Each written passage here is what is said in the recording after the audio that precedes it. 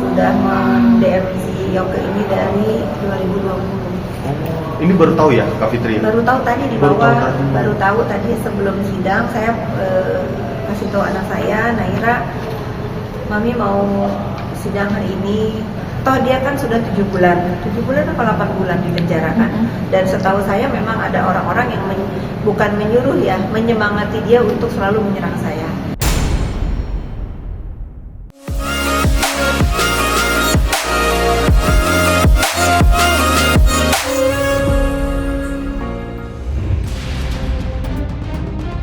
Sabtu, selebgram Yoke Hargono kini menjalani sidang kasus ITE dan pencemaran nama baik terkait laporan Fitri Salhotero. Setelah bertahun-tahun menyerang Fitri dengan sejumlah rumor miring, Yoke akhirnya meminta maaf secara langsung di hadapan majelis hakim. Momen haru itu pun tak terelakkan saat Yoke mendatangi Fitri yang tengah duduk di bangku saksi. Sambil bersimpuh, Yoke meminta maaf dan menyalami tangan pebisnis properti tersebut. Tak sendirian, Fitri juga ditemani suaminya Chen Kurniawan selama sidang berlangsung.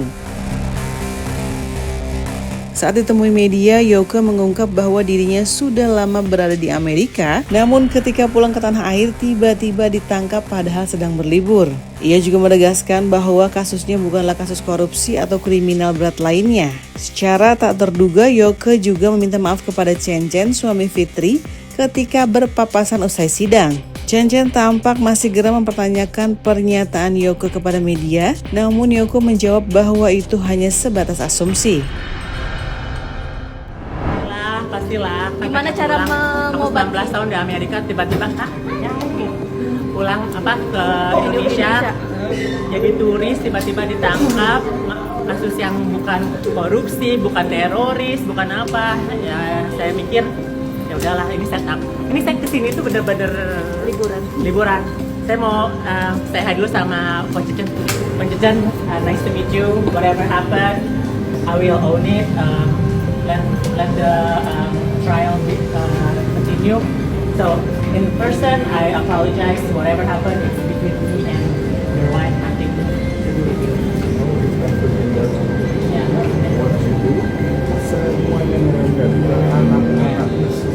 Right. I understand. You know. Okay, well, anyway. Barusan kamu masih ngomong di setup. Right. But that's my opinion. Anyway, I just want to apologize, regardless if you want to accept it or not. That's my side. So sorry. Bye. Fitri, tadi di ruang persidangan cukup menggetarkan hati sampai Iya, nangis. Ini yang saya takutin ya. Yang saya takutin itu bukan saya berhadapan dengan majelis hakim yang mulia, dengan ibu jaksa. Yang saya takutin itu bagaimana saya menghandle emosi saya harus bertatapan muka sama si Yoke itu. Ini baru pertama kalinya akhirnya mencurahkan perasaan ke Yoke ya? Iya, Kak Fitri ya? 5 tahun saya 5 tahun lebih kan, dari 2020 lah. Tadi juga ada yang menarik bahwa Kak Fitri membacakan isi DM Anak. kepada Yoke. Iya. Boleh ya nanti kalian aku kasih. Bahwa apa yang saya lakukan ini itu untuk anak saya Naira. Ini ternyata dia itu sudah mem-DM si Yoke ini dari 2020. Ini baru tahu ya Kak Fitri? Baru tahu tadi di bawah, baru tahu tadi sebelum sidang saya kasih tahu anak saya, Naira, Mami mau sidang hari ini, tapi kan kamu pernah DM-an Yoke, Mami boleh tahu nggak? Kemarin sebetulnya dia udah beberapa ngasih, tapi dia nggak ngasih yang dari awal, dia cuma yang terakhir sebagian. Nah dia itu kan susah orangnya, dia nggak mau lihat saya sedih kan. Ternyata dia baru tadi WA, kalau Mami tahu, aku tuh udah nge-DM Yoke ini dari umur saya 15 tahun. Itu yang bikin hati saya tuh bergetar banget. Nah ternyata ini nih isi DM-nya ini di-print juga di sini di bawah tadi sama staff saya. Ini isinya kalau kurang lebih kalau diterjemahkan di sini ya. Nih coba kalian lihat nih.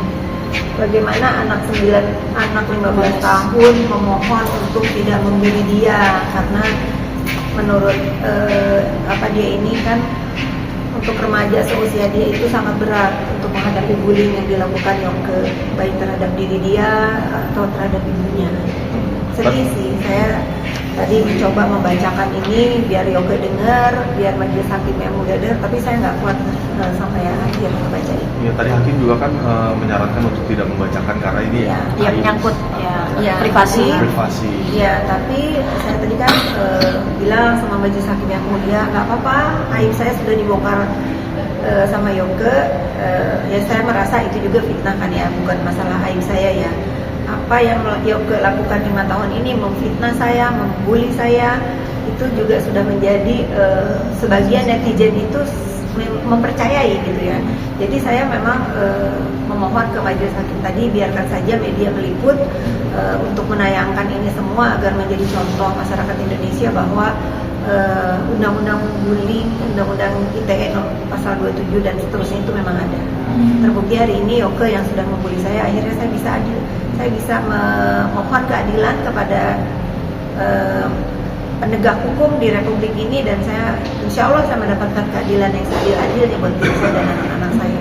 Tadi cukup merat juga pihak PH-nya juga melebar kemana-mana, mungkin dari Bagus. Saya sebetulnya saya tidak menyangka bahwa pertanyaan dari penasehat hukumnya si Yoke ini melebar kemana-mana, tetapi itu saya pergunakan kesempatan saya untuk menjelaskan kepada majelis hakim yang mulia bahwa apa yang dilakukan Yoke ini mengunggah data pribadi suami saya itu tujuannya emang untuk menghina saya, tujuannya untuk mengolok-olok saya, membuli saya sesuai dengan apa yang diupload, gitu kan, dan sesuai dengan apa yang sudah saya alami selama 5 tahun ini. Di sisi lainnya, Fitri mengaku yang paling ia takuti bukanlah majelis hakim atau jaksa, melainkan bagaimana ia harus menahan emosi saat tatap muka dengan Yoke. Bagaimana tidak, selama 5 tahun Yoke telah mencemarkan nama baiknya dan membuli dirinya serta anak-anaknya. Fitri menyebut ada keterlibatan pihak lain yang diduga mengendalikan Yoke untuk gencar menyerangnya. Menariknya, Fitri mengaku kenal baik dengan oknum tersebut, bahkan selama ini berteman baik dengannya. Tidak tahu apa tujuannya, tapi biarkanlah itu menjadi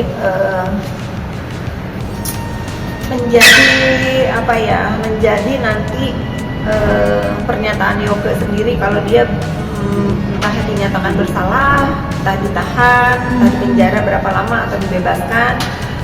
Toh dia kan sudah 7 bulan atau 8 bulan di penjara kan. Dan setahu saya memang ada orang-orang yang bukan menyuruh ya, menyemangati dia untuk selalu menyerang saya. Dan yang saya sesalkan itu orang-orang yang DM Yoke itu adalah orang-orang yang saya kenal. Gak apa-apa. Saya cukup tahu kalian yang sudah mend-DM Yoke, yang memberikan semangat ke Yoke, yang selalu memberikan uang jajan biar Yoke owner terus, Allah nggak akan tidur. Saya serahkan semua kepada Allah Subhanahu Wa Taala. Apa balasan yang pantas buat kalian?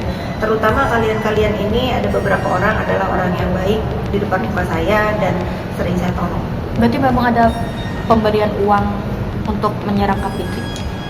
Kalau menyuruh menyerang saya dengan memberikan uang, tidak ada kata-kata seperti itu. Tetapi ada beberapa orang yang memang katanya ngasih uang jajan, mau jadiin Yoke brand ambassador.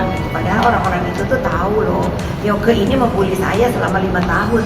Kok bisa kalau di DM itu kayak seolah-olah Yoke ini bestie kalian gitu. Tapi kalian di depan muka saya itu baik gitu. Itu yang bikin saya itu sebetulnya sedih gitu loh. Sedih, oh ternyata selama ini orang-orang yang nggak saya sangka melakukan komunikasi sama Yoke, seolah-olah Yoke itu adalah sahabat mereka, padahal mereka tuh tahu gitu bahwa Yoke ini lagi menghancurkan mental saya, keluarga saya gitu kok.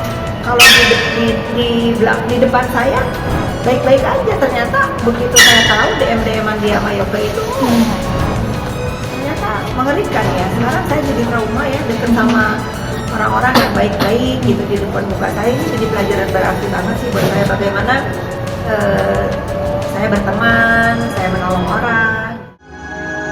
Fitri juga menceritakan bahwa awal mula perseteruan terjadi saat Yoke berseteru dengan Nikita Mirzani beberapa tahun silam. Namun kemudian melebar menyerang dirinya yang saat itu masih bersahabat baik dengan sang artis. Ia berharap kejadian ini bisa menjadi pelajaran berharga bagi Yoke dan orang-orang yang selama ini mendukungnya dari belakang. Sebagai manusia, Fitri mengaku tersentuh karena ibunda terdakwa Yoke menghubunginya dan meminta maaf. Namun begitu, Fitri tetap menegaskan agar proses hukum berjalan seadil-adilnya. Sekian dulu videonya, sampai ketemu lagi, bye-bye.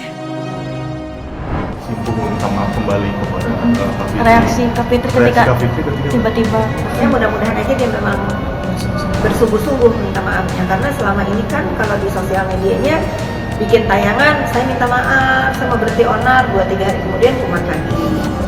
Tapi apa yang diucapkan kalimatnya tadi pas waktu bersih?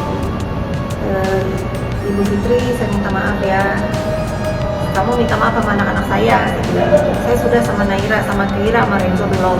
Bilang kamu tuh berhenti Yoke onar, kamu kasihan ibu kamu. Karena saya itu jujur ya, karena ibunya yang menghubungi saya itu saya juga luluh ya. Kan saya juga seorang ibu ya. Kan juga ibunya pasti nggak mau punya anak seperti Yoke kan, yang mencari keonaran, yang akhirnya kan yang repot ibunya sama ayahnya. Orang-orang yang ada di belakang Yoke, yang nyuruh-nyuruh Yoke, yang mendalangi Yoke, pada kemana? Gak ada satupun yang ada di hidup Yoke sekarang. Dia bolak-balik sidang sendiri. Saya tanya juga ke Yoke, kemana orang-orang yang menyuruh kamu? Kemana orang-orang yang menganggap kamu bestie, kalau panggil juga darling gitu, kemana mereka? Gak ada satupun yang membesuk Yoke. Nah ini semoga menjadi pelajaran juga Yoke. Lain kali kalau disuruh seperti itu, berpikir kalau dia di penjara sendiri gak ada yang mau nolong. Sering kalau permintaan maaf dari mereka, dari ibunya dan Yoke, saya kan sering juga live di Instagram saya ya, saya sering mendengar dia minta maaf gitu. Tapi tadi kan sudah saya katakan ke majelis hakim yang mulia bahwa saya minta ini diproses adil-adilnya, karena saya juga nggak menyangka ya. Saya berpikir bahwa Yoke ini akan fokus kepada materi yang didakwakan kepada dirinya. Ternyata kan dia kemana-mana nih, nanyanya yang enggak-enggakan kan ya. Itu kan mengorek hati saya lagi ya, mengorek kayak gini ya gitu ya. Itulah yang membuat saya akhirnya saya mengatakan ya saya ingin keadilan ditegakkan.